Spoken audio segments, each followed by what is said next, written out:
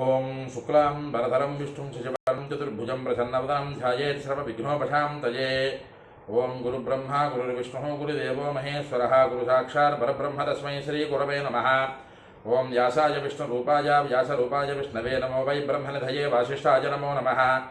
ఓం నారాయణం నమస్కృత్య నరం చైవ నరోత్తమం దేవీం సరస్వతీం వ్యాసం తతో జయముదీరయేత్. హరి ఓం. ప్రియ భగవద్బంధువులారా, ఆస్తిక మహాశయులారా, విష్ణు పురాణానికి మనం స్వాగతం పలుకుతూ ఆత్మానం రథనం విద్ధి శరీరం రథమేవతు బుద్ధింతు సారథిం విద్ధి మనః ప్రగ్రహమేవచ. మన ఆత్మ, మన శరీరము, మన బుద్ధి, మన మనస్సు ఇవి అన్నీ కూడా ఒక రథంలాగా మారితే ఆ రథాన్ని అధిరోహించినటువంటి శ్రీమన్నారాయణుడు మనకి సద్బుద్ధిని సద్గతులను కలుగుజేయుగాక అని మరొక్కసారి మనం స్మరణలోకి తెచ్చుకుంటూ విష్ణు పురాణం ద్వితీయాంశంలో ఉన్నాం. ద్వితీయాంశంలో 4వ అధ్యాయం. ఈ 4వ అధ్యాయంలో ప్లక్షద్వీపాది వర్ణన, జంబూద్వీపం గురించి 3వ అధ్యాయంలో మనం తెలుసుకుంటూ ఇక్కడ నుంచి ప్లక్షద్వీపము, శార్మలి ద్వీపము, సుఖద్వీపము, పుష్కర ద్వీపము, కుశద్వీపము, క్రౌంచద్వీపము ఇలాంటి ద్వీపాలు 7 ఉన్నాయని వాటి గురించి వివరం తెలుసుకుంటూ ఉంటాం. అందులో అద్భుతమైనటువంటి ఘట్టం మనకి కలియుగంలోనే 7 నదులు పేర్లు ఉన్నాయి. గంగా, యమున, సరస్వతి అని. ఆ 7 నదుల పేర్లని తెలుసుకుంటే పూజ చేసేటప్పుడు మన ఇంటిలో వాడేటటువంటి మడి నీళ్ళలో ఆ గంగాది 7 నదులు తాలూకా మంత్రాన్ని అభిమంత్రించి ఆ నీళ్లతో కానీ మనం మన శరీరము, దేవుడు, పూజా ద్రవ్యాలు అన్నీ కూడా శుద్ధి చేసుకుంటే ఎంత పరమ పవిత్రమైనటువంటి ఫలితం కలుగుతుందో ఇక్కడ ఉండేటటువంటి ఈ ప్లక్షద్వీపంలో ఉండేటటువంటి 7 నదులు, ఆ నదుల పేర్లను తెలుసుకుంటే మనకు ఉండేటటువంటి పాపములన్నీ పటాపంచలైపోతాయి అని పరాశరుడు వారు చెబుతూ అక్కడ ఆ ఘటన దగ్గర ఒకసారి ఆ 7 నదుల పేర్లని మరొకసారి మనం తెలుసుకుంటూ యథాఘట్టంలోకి వెళదాం. అనుతప్త శిఖీ చైవ విపాష త్రితవాక్లమ అమృతా శైవ సప్తయిత సత్ర నిమ్నగాహ. 7 నదులు లక్షద్వీపంలో ఉండేటటువంటి నదులు ఏమిటవి? అనుతప్త, శిఖి, విపాష, త్రిదివ, అక్లమ, అమృత, సుకృత అనబడే ఈ 7 పేర్లు. వీటిని తలుచుకుంటేనే మనకి సమస్త పాపములు పటాపంచలైపోతాయి అని పరాశరుడు వారు చెబుతూ కిందటి ఘట్టంలోనే మనం తెలుసుకున్నటువంటి పరమాద్భుతమైనటువంటి విశేషణం ఏమిటయ్యా అంటే, ఈ నదులు జలాలని తాగేటటువంటి వారందరూ కూడా తాహ్ పిబంతా హృష్ట నదీర్జన పదాస్తుతే అపసర్పణీన తేషాం న చైవోత్సర్పిణీ ద్విజా. ఈ శ్లోకం దగ్గర కిందటి వీడియోలో మనం ఆపుకున్నాం. అచ్చటి జనపదులు అంటే ఆ ప్లక్షద్వీపంలో నివసించేటటువంటి జనాలందరూ కూడా ఆ నదీ జలాలను ఎల్లప్పుడూ కూడా బహుసంతుష్టులై త్రాగుతూ ఉంటారు. అందువల్ల వారికి వృద్ధి క్షయాలు అన్నవి ఉండవు అని పరాశరుడు వారు చెప్పారు అని కిందటి వీడియోలో మనం చెప్పుకున్నాం. ఇక్కడ నుంచి ఈ ప్లక్షద్వీపం ఇంచుమించుగా ఈ వీడియోతో పూర్తయ్యేటట్టుగా మనం ప్రారంభం చేస్తూ నత్వేవాస్తి యుగావస్థ తేషు స్థానేషు సప్తమ త్రేతాయుగ సమకాల సర్వదైవ మహామతే. ఇందాక మనం చెప్పుకున్న శ్లోకం ఏమిటి? ఈ జనపదాలందరూ కూడా ఆ 7 నదుల తాలూకా నీళ్ళని తాగి ఎలాంటి వ్యాధి క్షయాలు అనేటటువంటి వాటికి గురి కాకుండా ఉన్నారు. దానికి గల కారణం ఏమిటి అన్నది ఈ శ్లోకంలో మనం తెలుసుకోవచ్చు.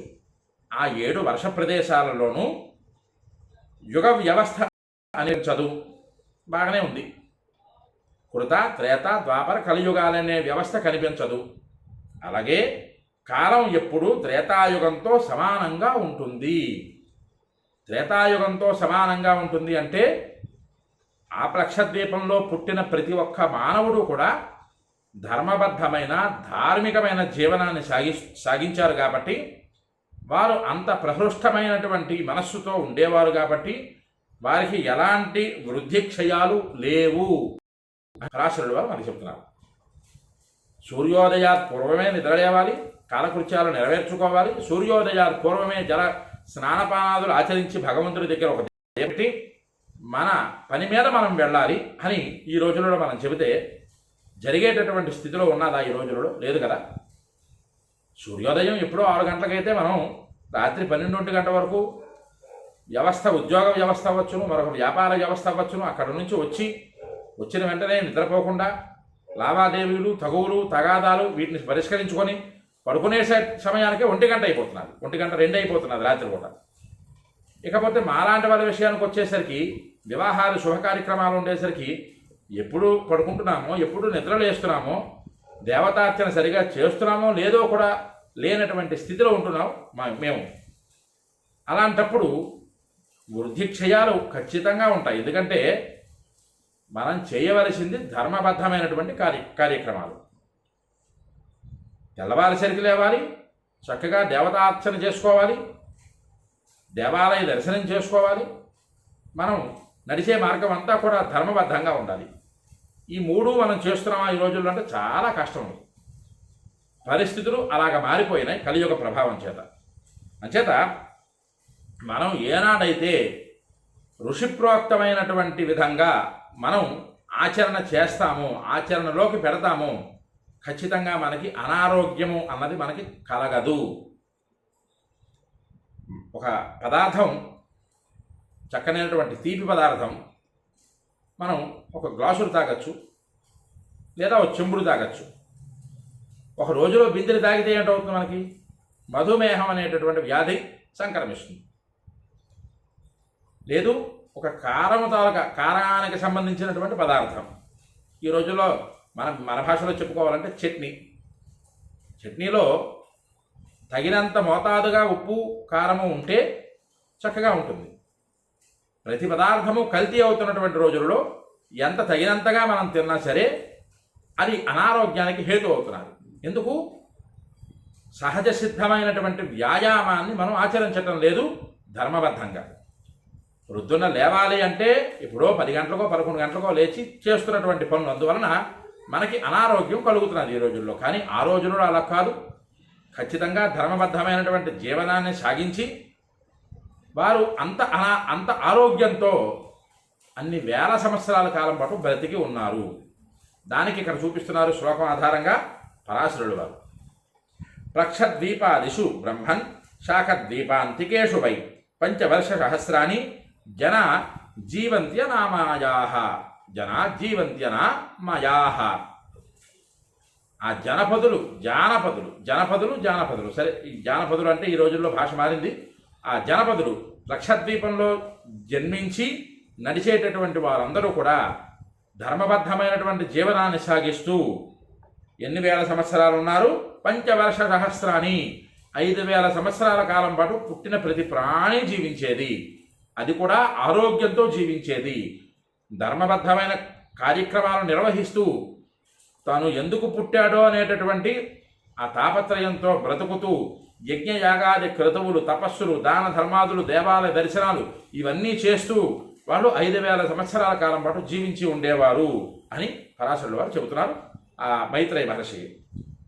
ధర్మాః పంచత్వధైదేషు వర్ణాశ్రమ విభాగశాః వర్ణాశ్చ తత్ర చత్వారాస్థాన్ నిబోధ వదామితే.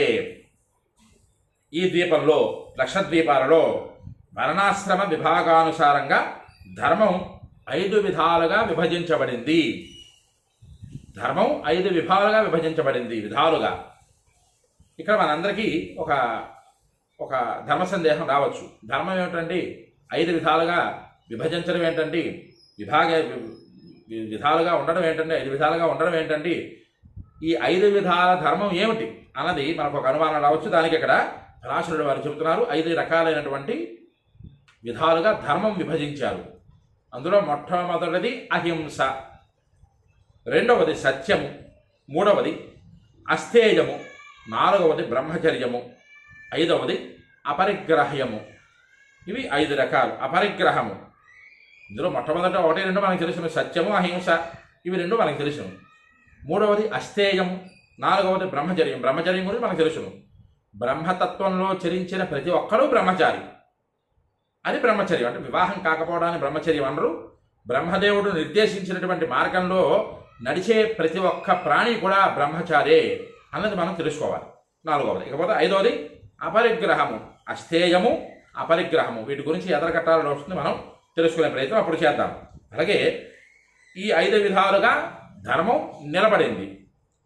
అచ్చట వర్ణాలు 4 రకాలుగా ఉన్నాయి. వాటిని గూర్చి తెలుసుకోవాలి. వాటిని నీకు చెబుతాను, విను శ్రద్ధగా అంటూ. సరే, జంబూద్వీపానికి వచ్చేసరికి వర్ణాలు ఎన్ని ఉన్నాయి? బ్రాహ్మణ, క్షత్రియ, వైశ్య, శూద్రాది వర్ణాలు 4 ఉన్నాయి. ఈ 4ంటికి కూడా ఈ జంబూద్వీపంలో ఉన్నాయి. కాకపోతే ప్లక్షద్వీపానికి వచ్చేసరికి వాటి పేర్లు మారి. ఏమిటా పేర్లు? ఆర్యకాహ కురువశ్చైవ వివింశ భావినశ్యతే విప్రక్షత్రియ వైశ్యాస్తే శూద్రాశ్చ మునుషత్తమ. జంబూద్వీపంలో బ్రాహ్మణ, క్షత్రియ, వైశ్య, శూద్రులు ఎలా ఉన్నారో ప్లక్షద్వీపానికి వచ్చేసరికి 4 వర్ణాలుగా విభజించారు జనుల్ని. అందులో మొట్టమొదటిగా ఆర్యకులు అని చెప్పారు.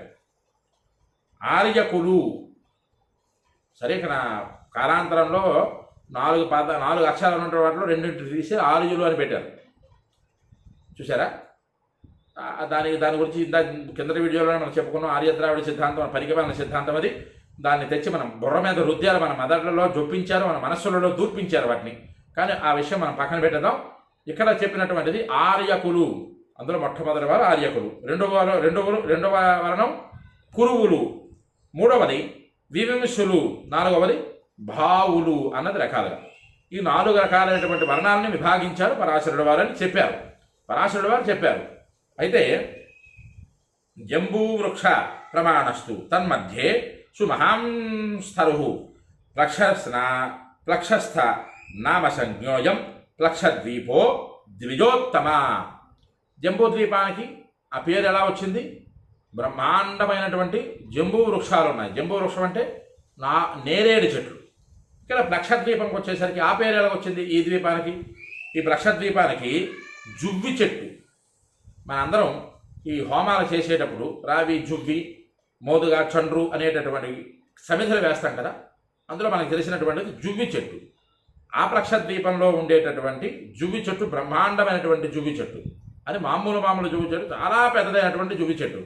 జంబూద్వీపంలో ఉండేటటువంటి జంబూ వృక్షం ఎంత పెద్దదో అంతకన్నా ఎక్కువ పెద్దదిగా ఈ జువ్వి చెట్టు ఉంటూ దాని వృక్షాలు, దాని ఫలాలు, దాంట్లో వచ్చేటటువంటి రసవర్గాలు, వాటి గురించి వివరం అంతా చెప్పలేదు. కానీ ఇక్కడ అందులోనే ప్లక్షద్వీపంలోనే ఇవన్నీ కూడా ఉన్నాయి అని పరాశరుల వారు చెబుతూ, ఆ ద్వీపం యొక్క మధ్య భాగంలో జంబూద్వీపంలోని జంబూ వృక్ష ప్రమాణమంతటి జువ్వి చెట్టు ఒకటి ఉంది. ఆ జువ్వి చెట్టు ఉండడం వలన ఆ ద్వీపానికి ప్లక్షద్వీపము అన్న పేరు ఉంచబడింది అని చెప్పారు. అలాగే ఇజ్యతే తత్ర భగవాన్ స్థై వర్ణై ఆర్యాకాదిభి సోమరూపీ జగత్స్రష్ట సర్వ సర్వేశ్వరో హరి.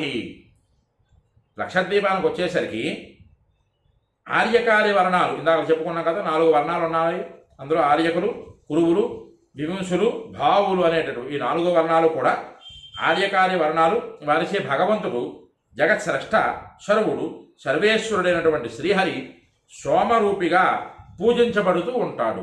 ఈ సోమరూపం అన్న దానికోసం చెప్పుకోవాలంటే చాలా విశేషణంతో కూడుకున్నటువంటి వివరం ఉన్నది. దాని గురించి ఎదరగట్టంలో మరోసారి చెప్పుకుందాం. సోమరూపిగా పూజించబడుతూ ఉంటాడు అని చెప్తున్నారు పరాశరుడు. ప్లక్షద్వీప ప్రమాణేన ప్లక్షద్వీప సమావృత తథైవేక్షుర శోధేన పరివేశానుకారిణ. ఈ ప్లక్షద్వీపమంత ప్రమాణంలో ప్లక్షద్వీపం చుట్టూ ఇక్షురస సముద్రము పరివేశాకారంలో ఉంది. ఇక్కడ మనం తెలుసుకోవాల్సినటువంటి విషయం. జంబూద్వీపానికి వచ్చేసరికి గురువుగారు ఏంటంటారు, లవణ సముద్రంతో చుట్టూతా చుట్టబడి ఉన్నది అని చెప్పుకున్నాం కదా. ఇక్కడికి వచ్చేసరికి ఈ సముద్రం ఇక్షురస సముద్రం, చెరుకు రసంతో కూడుకున్నటువంటి సముద్రం. అంత సముద్రము కూడా ఎలా కనిపిస్తున్నది ప్లక్షద్వీపం చుట్టూరాను? పరివేశాకారంలో కనిపిస్తున్నది. ఏమిటి పరివేశాకారము? ఈ పరివేశాకారము అంటే పెద్ద కాంతి మండలము.